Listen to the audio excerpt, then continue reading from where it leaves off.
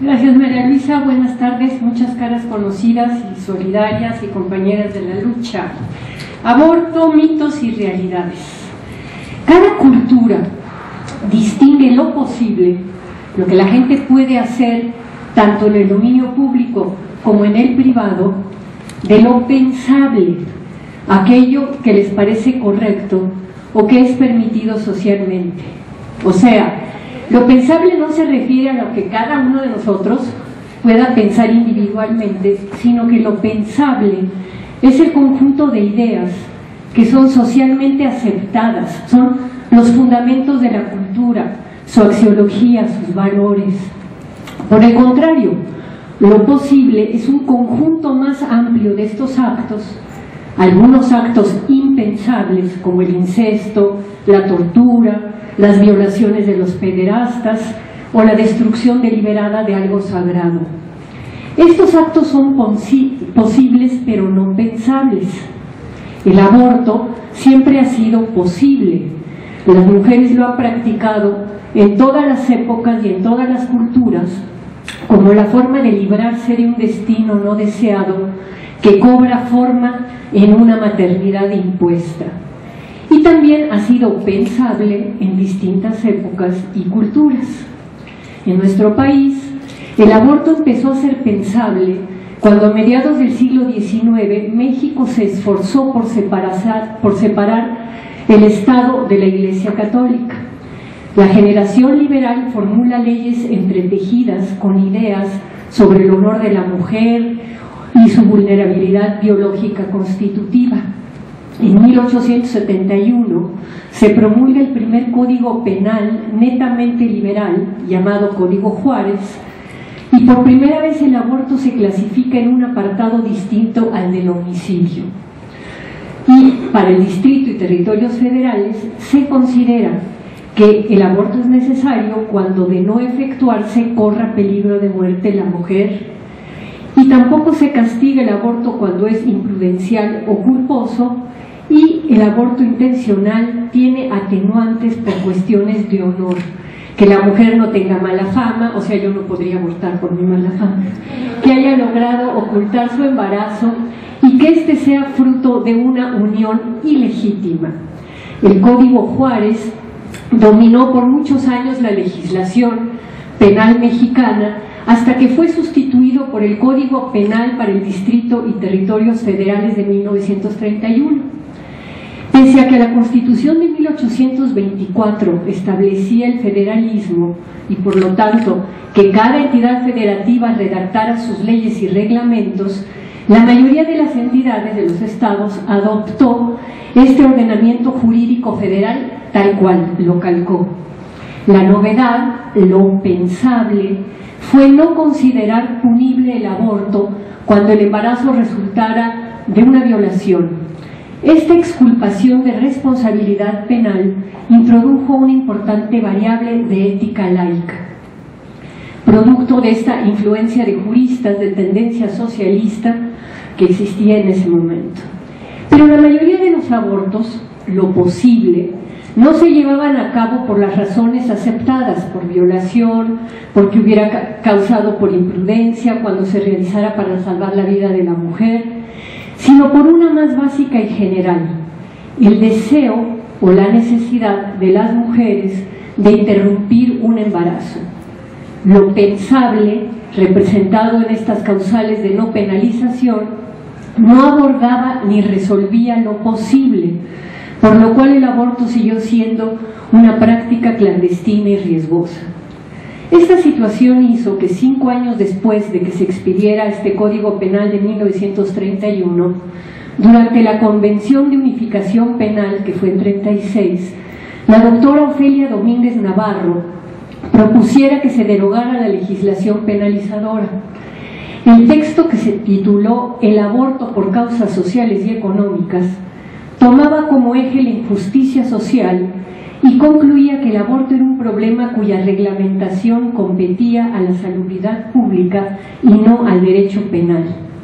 Las feministas de la época, las que estaban en el Frente Único Pro Derechos de la Mujer, retomaron esta argumentación y la llevaron a otros foros. Por ejemplo, la doctora Matilde Rodríguez Cabo, que fue la tercera esposa del general Múgica, expuso la dimensión social del aborto ilegal ante el Frente Socialista de Abogados y repitió la argumentación de Domínguez Navarro: hay que despenalizar. La reivindicación salió del debate político en la medida en que las feministas del Frente Único Pro Derechos de la Mujer se concentraban en la consecución del sufragio femenino. Hubo que esperar al resurgimiento feminista de los años 70, cuando el activismo de los grupos que se unieron en la coalición de mujeres feministas articuló un discurso que planteaba que además de ser dolorosamente posible, el aborto podía ser éticamente pensable. A lo largo de los años que las feministas y otros sectores sociales hablaron de la despenalización como algo pensable, se fueron difundiendo una serie de mitos que aún tienen vigencia entre ciertas personas. Enumero unos cuantos a manera de muestra. 1. El mito de que se está matando una persona. 2. El mito de que la mujer católica que aborta queda automáticamente excomulgada. 3. El mito de que el embrión siente dolor. 4.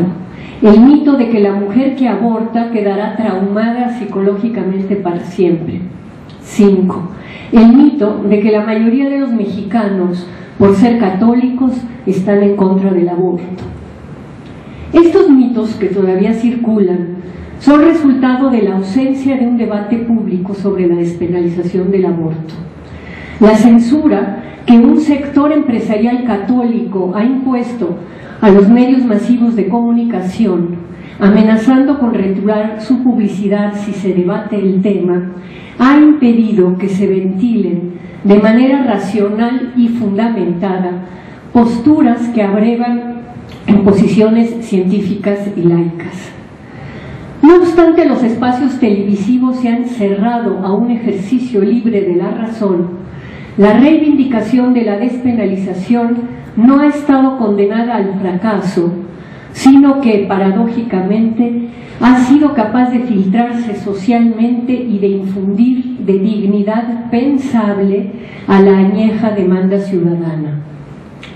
Justamente el valor inmanente de las exigencias de justicia y libertad explica este valioso proceso. La persistencia para reclamar que lo que ocurre cada día a oscuritas, con riesgos, miedos y trágicas consecuencias, lo posible, se convierta en un acto de libertad a la luz del día, lo pensable, dio frutos en nuestra ciudad en abril del 2007. Para que la despenalización se volviera pensable, ocurrieron cosas impensables, pero muy positivas. Varios científicos, artistas e intelectuales apoyaron con su prestigio personal el reclamo feminista. Un partido pequeño convenció a los asambleístas de otros 4 partidos de aceptar su propuesta. Muchos diputados resistieron los intentos de soborno de un hijo de Slim. 4. Un cura, Fray Julián Cruzalta, habló públicamente a favor de la reforma. Emilio Álvarez y Casa resistió dignamente la presión para que esta comisión se declarara en contra de la reforma. Entonces ahí cayó otro mito, que el aborto es un tema de mujeres, y se vio que es un tema que involucra a hombres comprometidos con la justicia y la libertad. Los mitos se desploman ante las realidades. Se desploman cuando las mujeres, las calladas y sufridas mujeres mexicanas, dicen: basta, ya no quiero otro hijo más. O cuando las jovencitas exclaman: ahora un hijo, no, más tarde.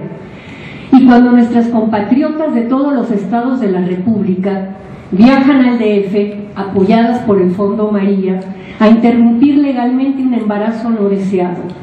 O cuando ellas, las que no pueden llegar a esta ciudad, no se arredran y abortan en la clandestinidad en sus pueblos y ciudades porque están convencidas de que lo que van a hacer es justo y necesario.